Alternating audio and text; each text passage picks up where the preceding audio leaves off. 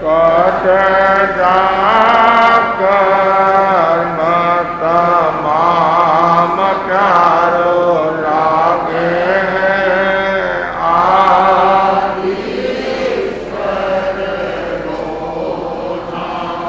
साध कर समता काटी मोह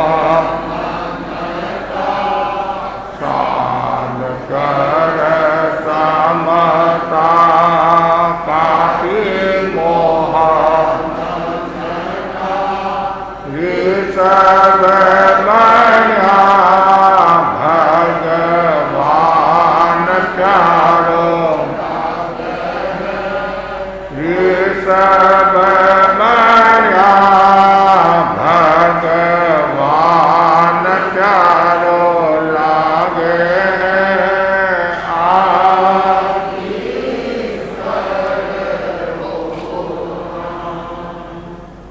अहिंसा के अवतार भगवान महावीर स्वामी के श्री चरणों में कोटि से वंदन। युग प्रधान आचार्य श्री महासमुद्र के श्री चरणों में कोटि से वंदन। मुनिवृंद, उपस्थित धर्म प्रेमी भाई और बहनों, दैनिक प्रवचन के अंतर्गत आज का विषय है जाने परमात्मा बनने की प्रक्रिया। प्राकृत साहित्य की सूक्ति है अप्पासो परमप्पा, आत्मा ही परमात्मा है। प्रत्येक व्यक्ति आत्मा से परमात्मा बनना चाहता है। केवल बातें करने से परमात्मा पद की प्राप्ति नहीं होती है। परमात्मा बनने के लिए व्यक्ति को सघन पुरुषार्थ करना होता है। सम्यक पुरुषार्थ के बिना व्यक्ति परमात्मा नहीं बन सकता है। परमात्मा बनने से पहले परमात्मा बनने की प्रक्रिया को समझना जरूरी है। ऐसे आत्मा, महात्मा, परमात्मा, दुरात्मा, सदात्मा, महात्मा, परमात्मा, बहिरात्मा और अंतरंग आत्मा, परमात्मा। लेकिन मूल परमात्मा बनना है तो पहले प्रक्रिया को समझना जरूरी है। भगवान महावीर ने परमात्मा कैसे बने तो 6 द्वार बताए हैं। पहला द्वार है परमात्मा बनने का, पहली कक्षा कह दो, वह है सुलभ बोधि। हमारे तत्व ज्ञान में भी सुलभ बोधि शब्द आता है। एक दुर्लभ बोधि और एक सुलभ बोधि। जो परमात्मा बनना चाहता, सबसे पहली जो कक्षा बताई वह सुलभ बोधि। वो धर्म को नहीं जानता है।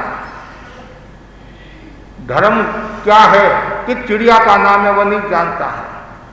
लेकिन धर्म में रुचि रखता है। न वह त्याग समझता है, न संबर की साधना करता है। लेकिन धर्म में रुचि होने के कारण उनको सुलभ बोधि कहा गया है। जैसे राजा श्रेणिक का जीव हम ले सकते हैं। राजा श्रेणिक श्रावक नहीं था, पहले तो मिथ्यात्वी था, बाद में खाए सम्यक्त्व का धनी बना, लेकिन वो सुलभ बोधि था, ये हम कह सकते हैं। प्रथम 4 जो गुणस्थान है ये सुलभ बोधि की श्रेणी में हम ले सकते हैं। मिथ्यात्वी भी सुलभ बोधि हो सकता है और सम्यक्त्व भी सुलभ बोधि हो सकता है। सुलभ बोधि का होना जरूरी है। नींव यदि मजबूत है तो व्यक्ति आगे बढ़ सकता है। और दूसरा बताया गया है सम्यक दृष्टि। और इन्हें ऐसा भी कह सकते हैं सुलभ बोधि के बारे में प्रथम गुणस्थान का धनी सुलभ बोधि कह सकते हैं। प्रथम गुणस्थान के धनी को सुलभ बोधि कह सकते हैं कि प्रथम गुणस्थान वाला जीव मिथ्यात्वी होता है तो उसमें कुछ भवी आत्मा भी होती हैं और कुछ सुलभ बोधि भी होते हैं, कुछ दुर्लभ बोधि भी होते हैं। तो प्रथम गुणस्थान सुलभ बोधि के अंतर्गत ले सकते हैं। और दूसरा है सम्यक दृष्टि। ये बहुत महत्वपूर्ण है। ये परमात्मा बनने की मूल नींव कह सकते हैं। नींव मजबूत है तो मकान कितना ही मंजिला बना सकते हैं, और नींव यदि कमजोर है तो कभी भी मकान ढह सकता है और नुकसान भी हो जाता है। तो सम्यक दर्शन ये बहुत जरूरी है। और धर्म का, परमात्मा का प्रारंभ बिंदु क्या है? सम्यक दर्शन। सम्यक दर्शन से तात्पर्य है सम्यक अवधारणा। सम्यक दर्शन दो प्रकार का, व्यवहारिक सम्यक दर्शन और निश्चय सम्यक दर्शन। व्यवहारिक में जो देव गुरु धर्म के प्रति आस्था रखता है, देव गुरु धर्म के प्रति आस्था रखता है, वो भी सम्यकदर्शी है। और 9 तत्वों का जानकार होता है, वह भी सम्यकदर्शी होता है। और निश्चय में अनंतानुबंधी क्रोध, मान, माया, लोभ और दर्शन मोह की 3 प्रकृतियों का उपशम क्षय करता है, वह सम्यक्त्व को प्राप्त होता है। और ऐसे तो आचार्य महाप्रकृति के शब्दों में जो पॉजिटिव चिंतन वाला होता है वह सम्यकदर्शी होता है, सम्यक्ति होता है। लेकिन निश्चय में जिसके कषाय उपशम हो गए हैं, क्षय हो गए हैं, उस जीव को सम्यक्त्व की प्राप्ति होती है। और एक बार यदि सम्यक दर्शन आ जाता है तो उसका बेड़ा पार है। और हम बार बार कहा भी करते हैं वो अर्थपुद्गल परावर्तन के भीतर भीतर मोक्ष को प्राप्त हो जाएगा। लेकिन आवश्यकता है सम्यक दर्शन को सुरक्षित रखना। कभी कभी क्या होता है, सम्यक दर्शन आ तो गई और वापिस चली भी जाती है। आदमी करोड़पति हो तो गया और दूसरी क्षण में वो खगपति हो जाता है। रुपया कमाना सरल है, कहते नहीं कमाना सरल, आज के युग में कमाना भी कठिन है, कमाना भी कठिन है, फिर भी कमाना सरल है, लेकिन उनकी सुरक्षा रखना बहुत कठिन है। सम्यक दर्शन प्राप्त करना तो कठिन है, फिर भी सम्यक दर्शन प्राप्त हो गया उसको सुरक्षित रखना बहुत कठिन काम है। सम, संवेग, निर्वेद, अनुकंपा, आस्तिक की जो साधना करता है वह सम्यक्त्व को पुष्ट करता है। बार बार भावना भाव सुलभ बोधि तो आप सब हो ही, इनमें तो संभवतः कोई शंका है नहीं। लेकिन हमें सुलभ बोधि नहीं रहना है, हम आगे बढ़ना है। लेकिन हमारे यहाँ जितने भी बैठे हैं वो सब सम्यकदर्शी श्रावक। हम पहले गुणस्थान के क्यों कहे, लेकिन हमें ये भावना भावना में सम्यक दृष्टि और सम्यक दृष्टि में भी श्रावक, और फिर ये भावना भाव में और आगे बढ़ूँ। तो सम्यक दृष्टि का, सम्यक्त्व का बहुत बड़ा महत्व है। तो परमात्मा बनना है, परमात्मा बनने की जो प्रक्रिया है उसका दूसरा जो सूत्र है वो क्या है? सम्यक दर्शन। और सम्यक दर्शन की प्राप्ति का एक बहुत बड़ा कारण बताया है अनाग्रह दृष्टिकोण। जिसका अनाग्रह दृष्टिकोण होता है, कोई आग्रह नहीं होता है। भगवान महावीर ने अनेकांत का सिद्धांत दिया। ये धर्म का महत्वपूर्ण सूत्र कह सकते हैं हम, अनाग्रह की साधना और अनेकांत। और जो व्यक्ति अनेकांत की साधना करता है वह अनेक समस्याओं से निजात पा लेता है और समाधान, और घर में शांति का माहौल हो जाता है और घर में स्वर्ग जैसा माहौल हो जाता है। आवश्यकता है अनाग्रह दृष्टिकोण, कोई भी प्रकार का आग्रह नहीं होना चाहिए। 2 चींटियां मिली, कीड़ी बोलते हैं 2 चींटियां मिली, और कोई भी व्यक्ति मिलता है तो आपस में परिचय की भी भावना होती है और मित्रता भी बढ़ाने की कोशिश करते हैं। आप ट्रेन से यात्रा करते हैं और आप एक दूसरे को जानते नहीं है लेकिन परिचय हो जाता है। और आजकल तो मोबाइल से इतना परिचय हो जाता है और सगाई सगमन भी कर लेते हैं। सगाई संपन्न भी कर लेते हैं तो मित्रता, जैसे 2-3 तरह के भी आपस में मित्रता होगी। और ऐसे तो जाति भाई समझ लीजिए, मतलब तेंद्री है, तेंद्री तुम कहाँ रहती हो? मैं नमक के पर्वत पर रहती हूं। तुम कहाँ रहती हो? मैं मिश्री के पर्वत पर रहती हूं। मेरा हमेशा मुंह मीठा रहता है। वो बोली मेरा हमेशा मुंह खारा रहता है। तो मीठी वाली बोली तुम मेरे साथ चलो और तुम्हारा मैं खारापन मिटा दूंगी, मतलब नमक पर रहती हो और तुम्हारे को मैं मिश्री खिलाऊंगी और तुम्हारा मुंह मीठा हो जाएगा। दोनों आए और फिर भी उसका मुंह मीठा नहीं हुआ। अरे यहां आ गई, यहां भी तुम्हारा मुंह मीठा हुआ नहीं हुआ। तो वो पहली वाली जो मिश्री वाली जो चिंटी थी पर्वत वाली, वो बोली तुम्हारे मुंह में क्या है? कि मेरे मुंह में तो नमक है। तो नमक है तो मीठा मुंह कहां से होगा? वो नमक को निकालेगी और मिश्री खाएगी तब मुंह मीठा होगा। तो उसने नमक निकाला और मिश्री खाई, मुंह मीठा हो गया, मुंह मीठा हो गया।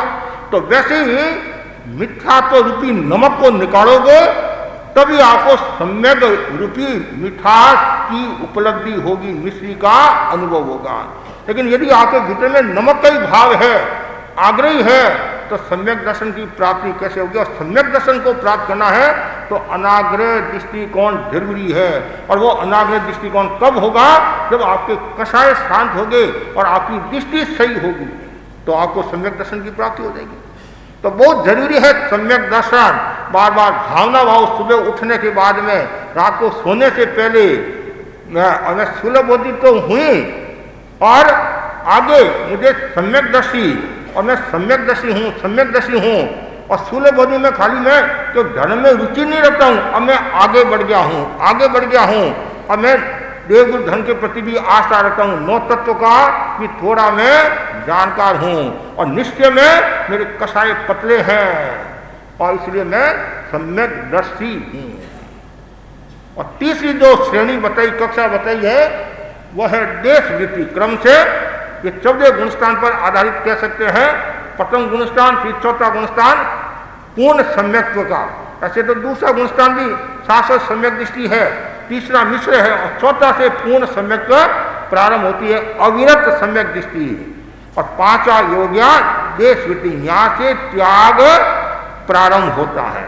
पहले गुणस्थान से लेकर चौथे गुणस्थान तक त्याग नहीं होता है।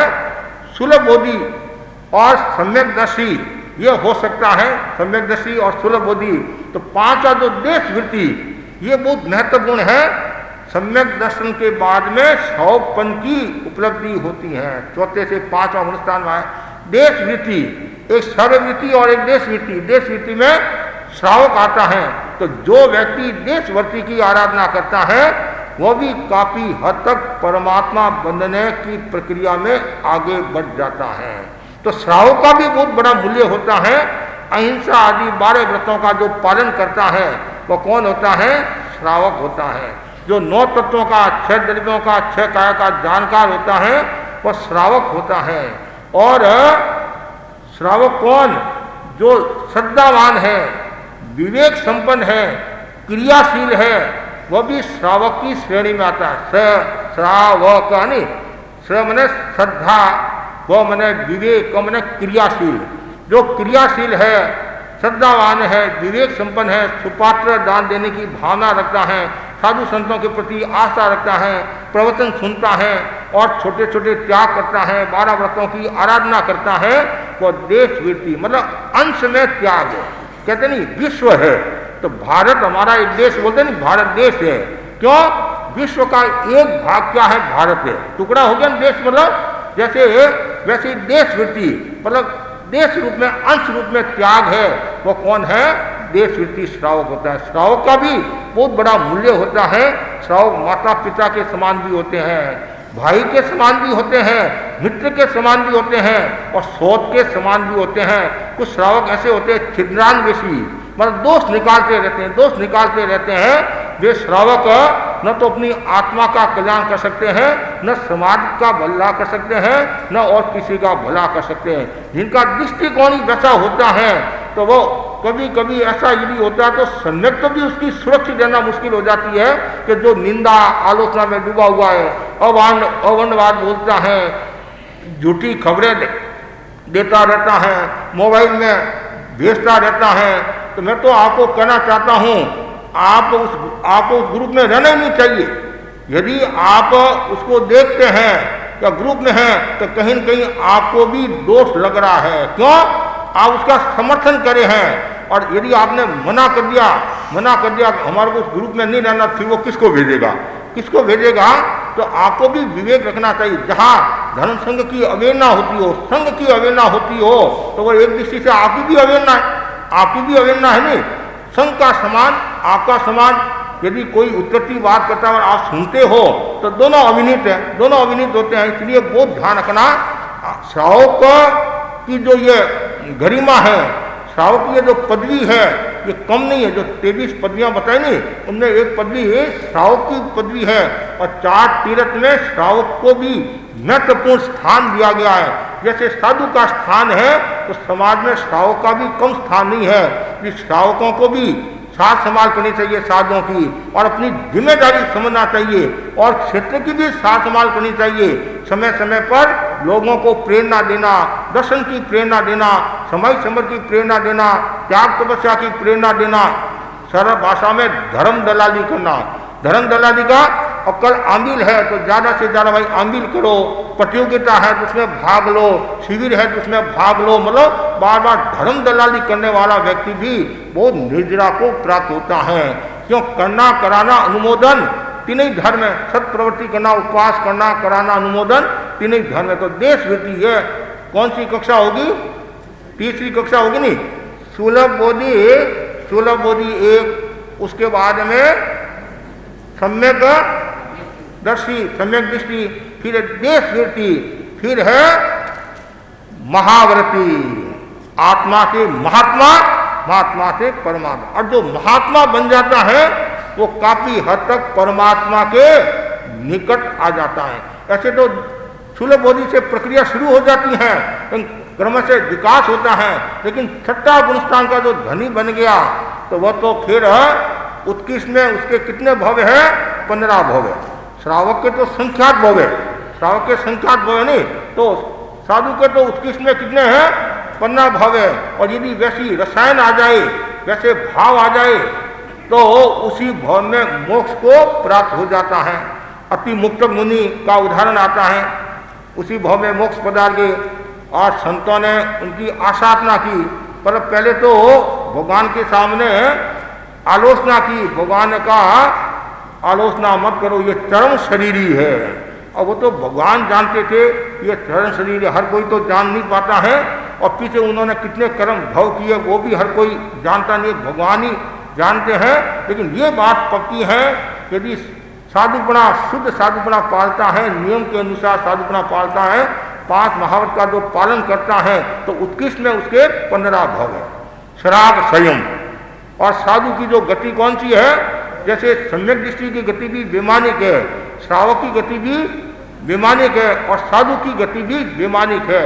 श्रावक उत्कृष्ट में 12वें देवलोक तक जा सकता है, तीन श्रावक 8वें देवलोक तक, मनुष्य श्रावक 12वें देवलोक तक, और साधु और भी ऊंचा जा सकता है। जैसे हमारे तेरापंथ धर्म संघ में मुनि गणपत राम जी स्वामी का उदाहरण आता है।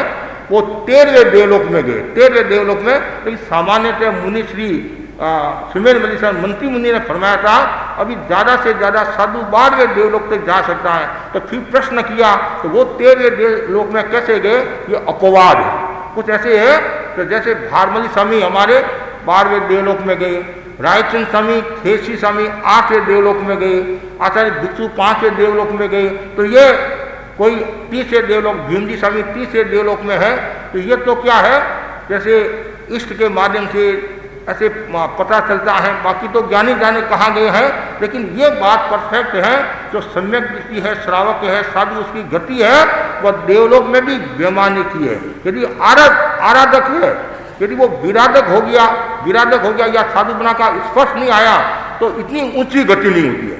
देवलोक में तो विराधक भी देवलोक में जाता है, मिथ्यात्व भी देवलोक में जाता है, पता नहीं 21वें देवलोक तक अभी जा सकता है, लेकिन आराधक विराधक में फिर थोड़ा सा प्रक्रिया में अंतर आ जाएगा। और कभी कभी यदि साधुपना में दोष लग जाए, साधुपना का स्पर्श नहीं हुआ हो और धूमिल हो गया हो, तो कभी कभी ज्योतिष में भी चला जाता, नहीं ज्योतिष में भी जाते हैं, ऐसे उदाहरण भी आते हैं। तो इसलिए जरूरी है कि साधुपना का पहले तो स्पर्श होना और फिर उसमें रम जाना। साधुपना में रम जाता है तो फिर उसकी गति सुगति होती है, अच्छी गति होती है। तो महाव्रती बनना बहुत बड़ी उपलब्धि है। हर कोई व्यक्ति महाव्रती बन नहीं सकता है। जिनके चारित्र मौनीकरण का अक्षय क्षोषम होता है वह जीवी महाव्रती बन सकता है। तो भावना भाव कि मैं 5 महाव्रत की आराधना करूं, अहिंसा, सत्य, अस्त्य, ब्रह्मचर्य, अपरिग्रह, 5 महाव्रत की जो आराधना करता है और इसकी साधना करता है और निष्ठा के साथ पालन करता है, वह व्यक्ति सदगति को प्राप्त होता है। आचार्य महासमुद्री बार बार फरमाते हैं कि किसी साधु को व्याख्यान देना कम आ सकता है, ज़्यादा आ सकता है, किसी की पढ़ाई कम हो सकती है, ज़्यादा हो सकती है, लेकिन जो हमारे नियम है, स्वीकृत नियम है, उन नियमों के प्रति आस्था रखो, उनकी दृढ़ता के साथ में पालना करो। आचार्य भिक्षु के बारे में बताया जाता है कि भाई अभी तो पंचम आ रहा है और कितनी दलीलें दी गई, लेकिन आचार्य भिक्षु ने कहा नहीं, मैं मेरा मन कमजोर क्यों करूं, मैं साधना कर सकती हूँ। मतलब आचार्य भिक्षु की जो संयम में जो आस्था थी, संयम में जो दृढ़ता थी, संयम के जो प्रयोग निर्मल और शुद्ध थे, हर किसी के नहीं होते, हर किसी के नहीं होते हैं। तो इसलिए जरूरी है, हमने आचार्य भिक्षु को नहीं देखा, अष्टमाचार्य कालुगुणी तक हमने नहीं देखा। यहाँ जितने बैठे शायद कालुगुणी को भी देखने वाले मेरे हिसाब से नहीं होंगे, लेकिन हमने तुलसी महापरिकी को देखा और वर्तमान में आचार्य महासमुद्री को देख रहे हैं। उनके प्रयोग कितने निर्मल है, स्वयं प्रयोग कितने निर्मल है, उनका आभा मंडल पवित्र है। क्यों? साधना बोलती है, आराधना बोलती है।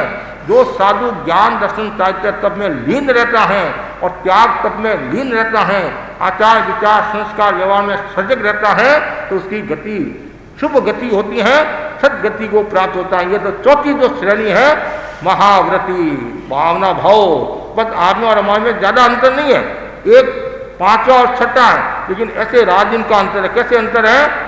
एक राई और पहाड़ जितना अंतर है। राई और पहाड़ में कितना अंतर है, तो वैसे ही 5वें और 6ठे गुणस्थान में अंतर है। लेकिन भावना भाव कि बस एक धक्का और दो, संसार को छोड़ दो। एक धक्का देने की आवश्यकता है, एक धक्का दिया, ऐसे तो धक्का देने में आप बड़े होशियार हैं, वो धक्का नहीं देना है। उस धक्का में तो किसी का नुकसान हो सकता है। और कभी कभी कहते नहीं, एक बच्चा नीचे गिर गया तो पूछा किसने गिराया, मम्मी भाई ने मेरे को नीचे गिराया। तो भाई बोले मैंने तो एक सीढ़ी से नीचे गिराया, बाकी वो खुद नीचे गिर गया। और एक सीढ़ी से गिरेगा तो खुद नीचे गिरेगा ही गिरेगा। तो सबका वो संतुलन तो रहता नहीं उस समय कि भाई गिरा तत्काल समझ लो, लेकिन गिराने में सब होशियार है। भगवान ने कहा गिराओ मत, उठाओ। जो श्रावक होता है, साधु होता है, उसका काम उठाने का होता है, गिराने का नहीं होता है। गिराने वाले तो बहुत है। बस मतलब धर्म किसको कहा गया? बहुत सुंदर कहा गया है, धर्म वह है जो अंत्य चेतना को जगा दे, धर्म वह है बिछुड़े को गले लगा दे। और धर्म की सीधी सी परिभाषा है शैतान को इंसान, इंसान को भगवान बना दे। और धार्यते की धर्म है, जो धारण करता है, जो पाप में गिरा है उसको बचाना, उसको स्थित करना, पर वही तो बड़ी कला है। तो आवश्यकता है आप एक श्रावक को भी यदि उठाते हैं तो जिंदगी भर तक वो आपको याद करता है। जैसे भी क्रिकेट का माहौल चल रहा है तो कभी क्रिकेटर स्टेटमेंट देते नहीं कि मैं इसके जोक से क्रिकेटर में आया हूँ, इसके जोक से। कभी कभी हमारी कार्यकारिणी श्रावक ये जो संस्थाएं होती है, महाराज इसने मेरे को जोड़ा, इसने मेरे को जोड़ा, वो जिंदगी भर तक आपको याद करता है। किसी साधु के जोक से कोई यदि श्रावक साधु बनता है तो वो जिंदगी भर तक उस साधु को याद करता है। ज्ञानशाला की जो प्रशिक्षिकाओं के जोक से कोई एक अच्छा इंसान बनता है, कलेक्टर बनता है, साधु बनता है, तो आप ही गर्व के साथ कहते हैं, और वो भी गर्व के साथ कहता है कि मैं अमुक ज्ञानशाला में पढ़ा था।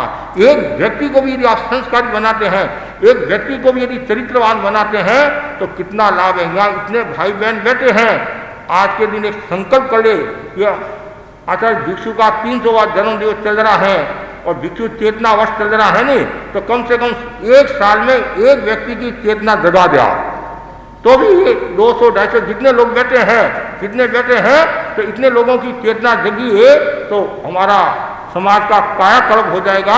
मतलब समाज में सब व्यक्तियों का कायाकल्प नहीं होता है, कुछ व्यक्ति ऐसे होते हैं जो कायाकल्प वाले होते हैं और दूसरों को प्रेरणा देने वाले होते हैं।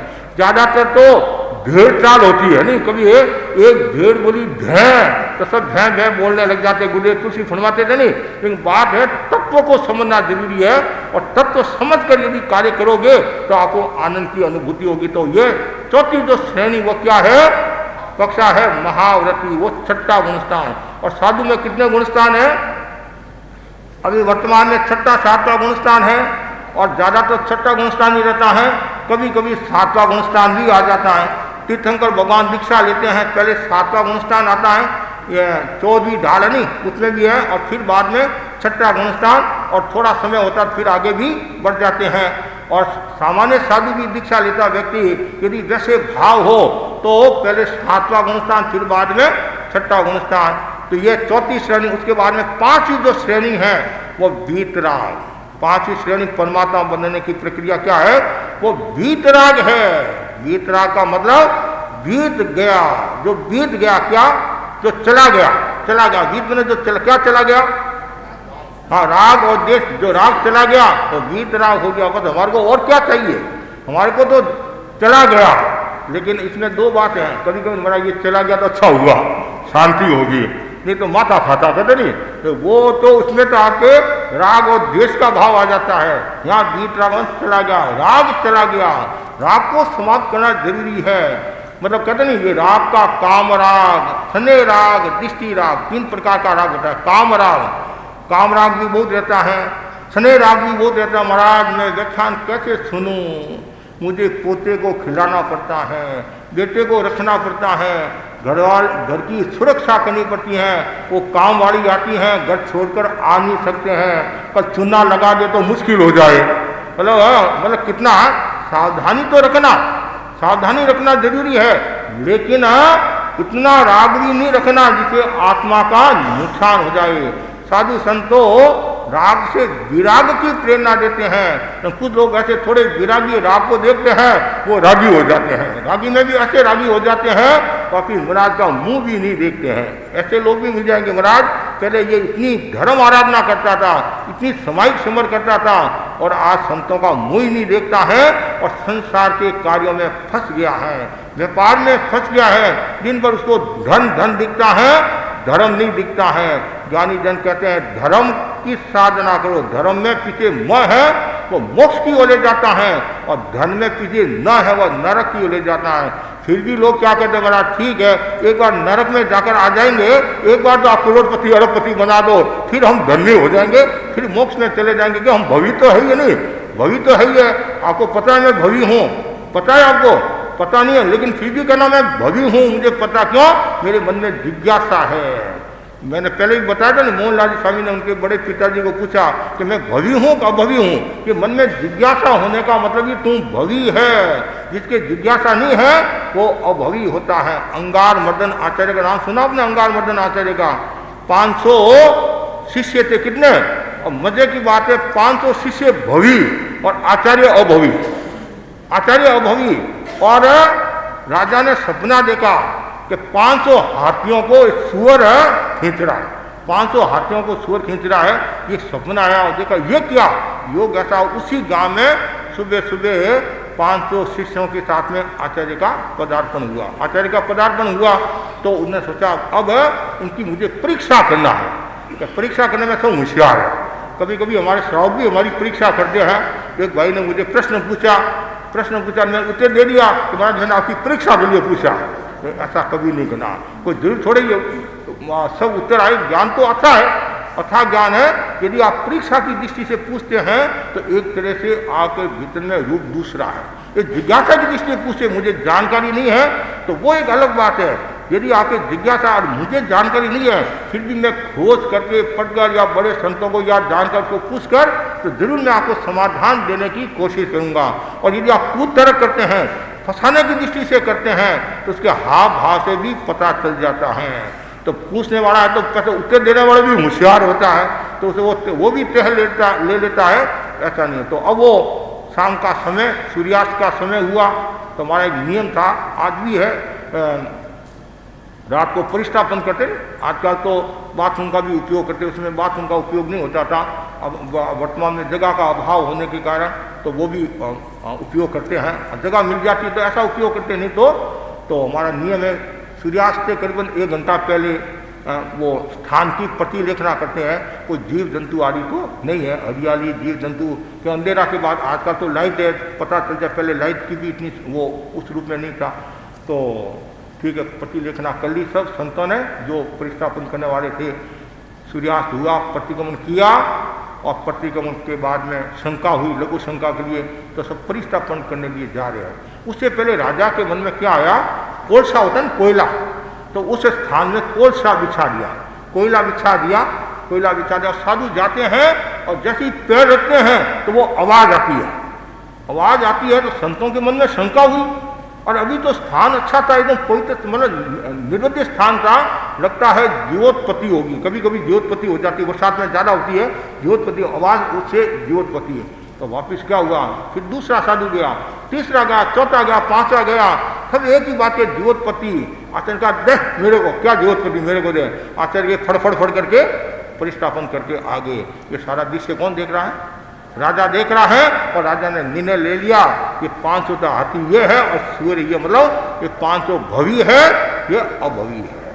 अब देखो क्या अभवी के वो मन में ही नहीं आता, भवी के मन में आएगा, वो डरेगा, पास से डरेगा। मजे की बात यह है, अभवी जो आचार्य होते हैं वो मोक्ष के बारे में बताते हैं, मोक्ष के बारे में बताते, भवी जीवों को उतारते हैं, वो तो मोक्ष चले जाते हैं, और अभवी मोक्ष में नहीं जाते। क्यों, वो तो खाली उपदेश देते हैं, नीचे नहीं उतरता है।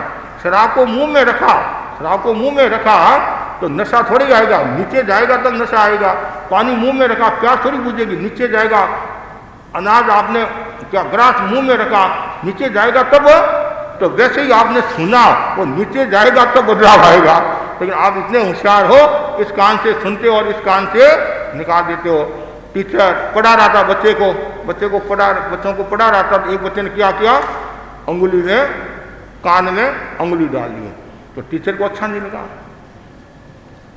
कि ये क्या कर रहा है। सर आप फरमाते नहीं भाई कान की बात बाहर नहीं जानी चाहिए, कान की बात मतलब सुनते हैं, भाई इस कान से सुनते, इस कान से निकाल देते हैं, तो मैंने क्या किया है, अंगुली डाल दी है, बात बाहर नहीं जाए।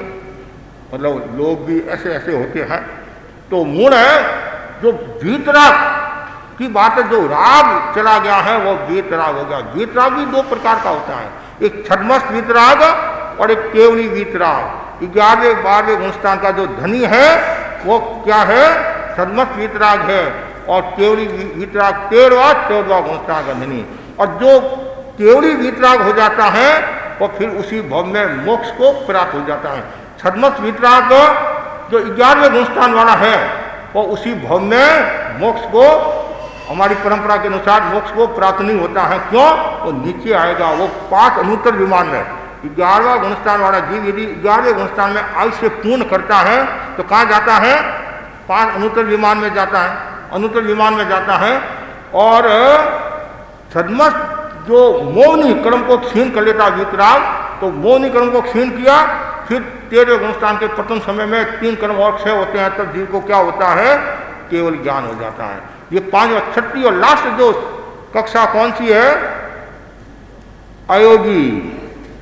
ये अयोगी, और अयोगी हो गया तो फिर फटाफट सहयोगी केवली में तो टाइम लगता है। क्यों, उत्कृष्ट में स्थिति कितनी है, 1 रोज पूर्व में 9 वर्ष कम, क्यों 9 वर्ष पहले तो दीक्षा होती नहीं है, और दीक्षा होती केवल ज्ञान हो गया तो 13वें गुणस्थान की उत्कृष्ट स्थिति कितनी है, 13वें गुणस्थान की 1 रोज पूर्व में 9 वर्ष कम। 14वें गुणस्थान की जो स्थिति है वो 5 है, अ ई उ री ली, ठीक है। अब अयोगी हुआ, मतलब मन वचन काया से रहित हो गया, योग रहित हो गया, और वहां लेस्या भी नहीं है। क्यों, योग और लेस्या का संबंध होता है। 14वां गुणस्थान अलेसी है, अयोगी है, और फिर एक साथ में 3 कार्य होते हैं। जैसे गुणस्थान पूरा होता है, कर्म क्षय होते हैं, और फिर जीव सिद्ध बुद्ध मुक्त हो जाता है। तो परमात्मा बनने की ये 6 प्रक्रिया है। पहला सुलभ बोधि। सुलभ बोधि में सामान्यतः मिथ्यात्व, क्या सही बात है नहीं? मिथ्यात्व आते नहीं, सुलभ बोधि में मिथ्यात्व आएंगे। और फिर दूसरी श्रेणी कौन सी आ गई है? सम्यक है, तो वो 4थे गुणस्थान का धनी हो गया। और फिर तीसरी श्रेणी क्या है? देशवृत्ति है, वो श्रावक। और फिर महावृत्ति 4थी है, वो साधु। और 5वीं वीतराग, वीतराग हो गया। 6ठी अयोगी। तो आत्मा से परमात्मा बनना है, ये 6 प्रक्रिया को समझना जरूरी है। और उसके लिए सघन पुरुषार्थ करना पड़ेगा। कि बातें बनाने से परमात्मा नहीं बनते हैं, बातों का बगाड़ से कुछ मिलने वाला नहीं है। सघन पुरुषार्थ करोगे, चेतना जगेगी, चैतन्य का जागरण होगा, आनंद की अनुभूति होगी, कर्म क्षय होंगे, तो आप मोक्ष को प्राप्त हो जाओगे।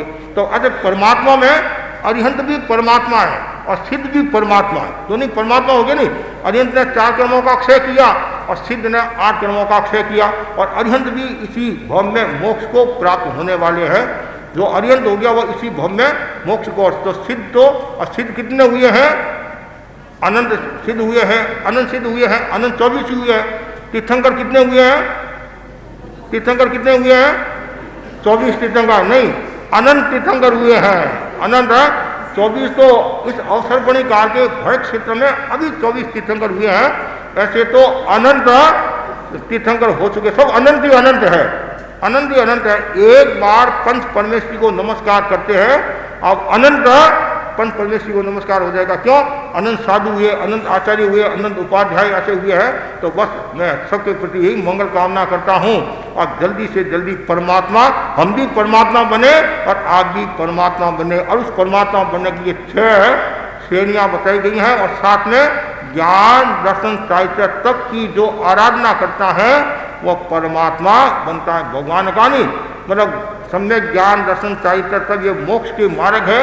और दान शील तप भावना ये भी मोक्ष के मार्ग है। इसकी साधना करने वाला भी मोक्ष को प्राप्त होता है। इसी आशा के साथ ओम अरहम।